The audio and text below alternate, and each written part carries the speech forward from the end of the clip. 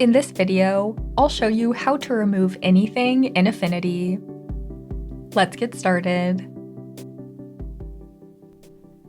If you'd like to follow along with me, I've left a download link to the photo that I'll be using in the video description. I want to show you 3 different techniques that you can use to remove things in Affinity. We'll start off easy and then work our way up to removing this tricky flower.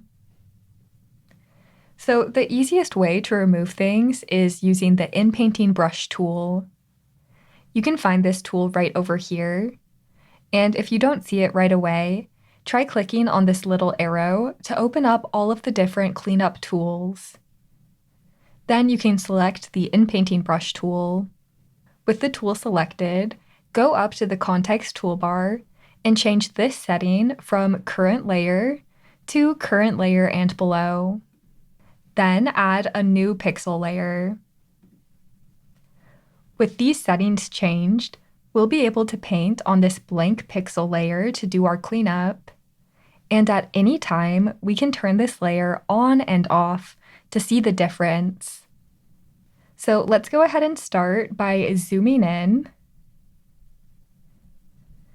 And then we can practice using the In-Painting brush by painting over the different seams and wrinkles on this coat. You can use the bracket keys on your keyboard to make your brush bigger or smaller, and then you can paint over the area you want to remove. You can see this does a pretty good job, but if you have any darkness left behind, feel free to paint over the area more than once. And usually this works pretty well to clean up the area. So go ahead and practice this, moving around this outfit to remove any wrinkles or seams. If you get to a spot that's not working properly, no matter how many times you paint over it, then it's time to pull out a different tool, the Clone Brush tool. This tool is amazing. I love using it. You can find it right above the In-Painting brush. Just make sure to change the setting from Current Layer to Current Layer and Below. Using this brush, you can hold Alt or Option and then click on an area to sample it. Then you can take that sampled area and paint it over any part of your photo. In this case, we need to repaint this edge. So I'll sample the edge by holding Alt or Option, and then I'll click. And you can see that we can bring that edge over to connect it. Now, if I paint right now, you can see we have a pretty harsh edge around our paintbrush. It doesn't look quite right. So I'll undo, and I'll change a few of the brush settings. First, I'll bring the hardness all the way down so that we have a nice soft edge. Then I'll lower the flow a little bit so that we can blend the area better. Okay, now let's try again. I'll hold Alt or Option and I'll click to sample. And then we can paint over the area. I'll sample this other edge, and I'll bring this over to connect it. And you can see we're almost there. This isn't lined up quite right, so I'll sample again, and I'll try again, lowering it a little bit. To finish, I'll just use a smaller brush, and I'll sample the darker area, and I'll bring it over. I'll sample the lighter area above, and I'll also paint that over the area.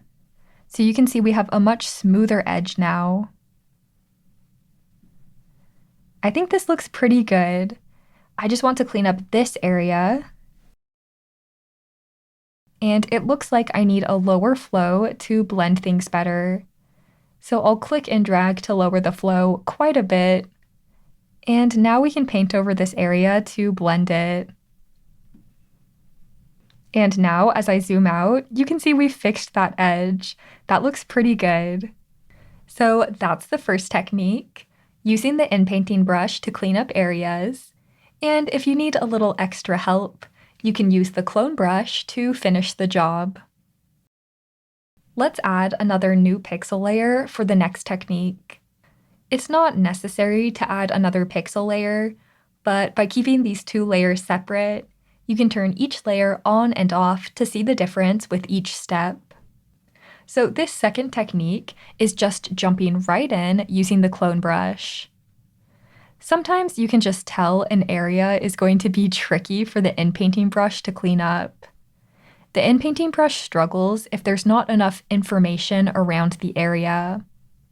For example, up here, I want to clean this wrinkle up, but you can see there's not a lot of good information surrounding it. But if we use the clone brush, we can use a small brush to sample the good part and bring it over. So let's do that. I'll hold Alt or Option to sample this good area, and then I'll paint to bring it over. Now my flow is pretty low right now, so I think I'll just raise this to make this faster. So I'll sample, and then paint, and you can see we've already made some progress there. So I'll just continue to do this, sampling and painting. And you can see that looks pretty good. We were able to remove that wrinkled area. But there's still some evidence that we had a wrinkle there because the edge has a little bump in it. To clean that up, I'll just sample on the outside. And then I'll paint to remove the bump. Jumping right in with the clone brush can work pretty well. Here's the before and after of that area. And if I zoom out, you can see the difference this has made, before and after. You can continue to sample and refine this area if you'd like, but I do want to move on to show you the flower now. We can use the clone brush to completely remove this flower. But just to show you how good the clone brush is, I'm going to use the inpainting brush to show you that it doesn't do a very good job removing things like this. I only painted on part of the flower, but you can see that the edges of her coat look really strange, and it's mixed her skin color with the red flower to create this middle color. It really doesn't look right. So I'm going to undo this with Command or Control Z, and instead we'll just jump right in using the clone brush. To begin, I'm going to fill this V area using her skin.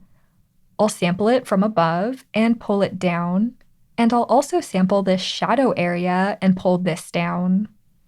So I'm going to do that, sampling and painting to remove this flower. Make sure you resample as many times as needed, or eventually you'll begin to sample the flower again. With that done, I think this looks pretty good, but you can see up here, this is a very soft transition between the shadow and the lighter area of her skin. So to make this happen, I'm going to lower the flow quite a bit. And then I'm going to sample the lighter area of her skin. And using a larger brush, I'm just going to paint over this edge to blend the two areas together. I think this looks pretty good, but I do want to point out one issue you might run into if you sample from the same area over and over again. You can see I sampled from this area, and this dot appears over and over and over throughout my cloning.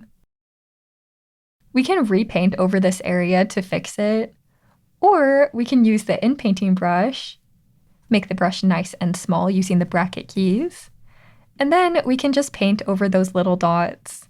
The inpainting brush is really good at little things like this, so I think this is a pretty quick way to fix that. If you have a lot of repetition in your painting, it's a dead giveaway that you've been doing cloning, so make sure to watch out for little patterns like that. Okay, now that we're done with the skin area, we can move on to the coat. So I'll grab the clone brush, and I'll sample the white area up here, and I'll bring it down. I'll raise my flow so this goes a little faster. And I'll just continue to sample all along the white part.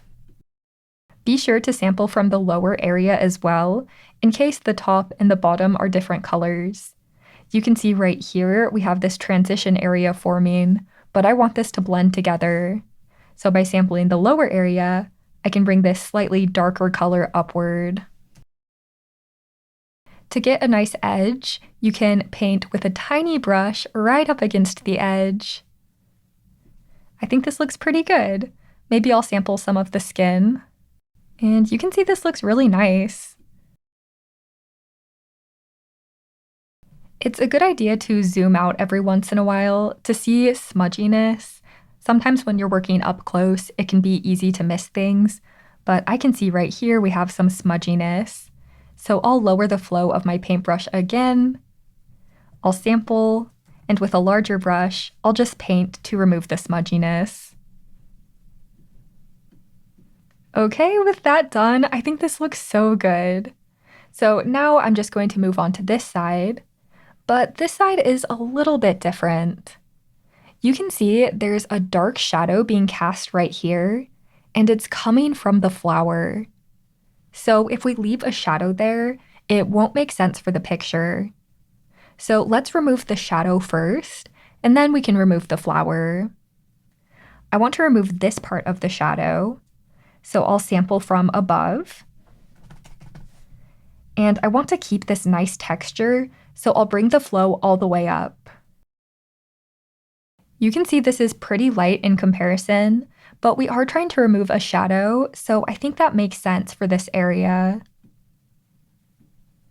I'll also sample from below and pull this up. And I think that looks pretty nice. We can always use a larger brush to smooth over the entire area, and I think that looks really good. Okay, let's remove this shadow now, starting from the top area and pulling this down, and then sampling from the lower area and pulling this up.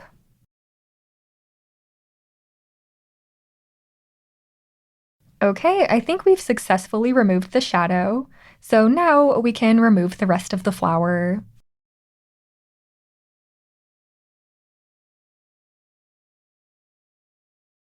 Okay, this looks pretty good. I'm just going to finish off this edge now. I'll sample some of the skin, and I'll bring this downward. And then I'll bring some of the white over. After doing all of that cloning, I think this looks so good. But I do think I want to fix this fuzzy area of her collar, and we can do that using the last technique. For this technique, I want to show you how you can clone an area and then move it to a new area, warping it to fit perfectly. This is a really cool trick. For this step, you do need to make a new pixel layer. It's pretty important that this layer is separate. Then we can sample and paint a good part of the collar. Now that we have this good part of the collar, I'm going to use the Move tool to move this in place. I want to cover up this smudgy area. You can see this lines up pretty well at the top, but at the bottom, it's not matching up perfectly. But that's okay, we can warp this to make it fit perfectly. To do this, I'm going to go to the Move tool and I'll open up its tools, and then I'll select the Mesh Warp tool. Then we can click and drag to stretch this out and move it around to make it fit perfectly. You can see it bumps out a little bit here, so I'm going to click and drag to adjust this to make it a little bit straighter. Once you're happy with how this looks, you can press Apply in the context toolbar. And now you can see the before and after of that area. It's much sharper and more defined, but we did carry some dark areas of the skin over. We can always use the clone brush to continue to fix these areas, so I'll just sample some of the lighter skin to paint this over the top. But you can see this looks really good. Before, after. So now you know 3 different techniques you can use, using the in-painting brush and the clone brush together, just using the clone brush, and finally, using the clone brush to sample an area and warp it to fit perfectly. After all of our work, now we can see the before and after of cleaning up this image. Using these 3 techniques, you'll be able to remove anything in Affinity. And if you enjoyed this video, I'll leave a link in the video description to my free Affinity course. In the course, you'll learn 10 simple steps to make any photo amazing. Thanks for watching, and I'll see you in the next Affinity Revolution tutorial.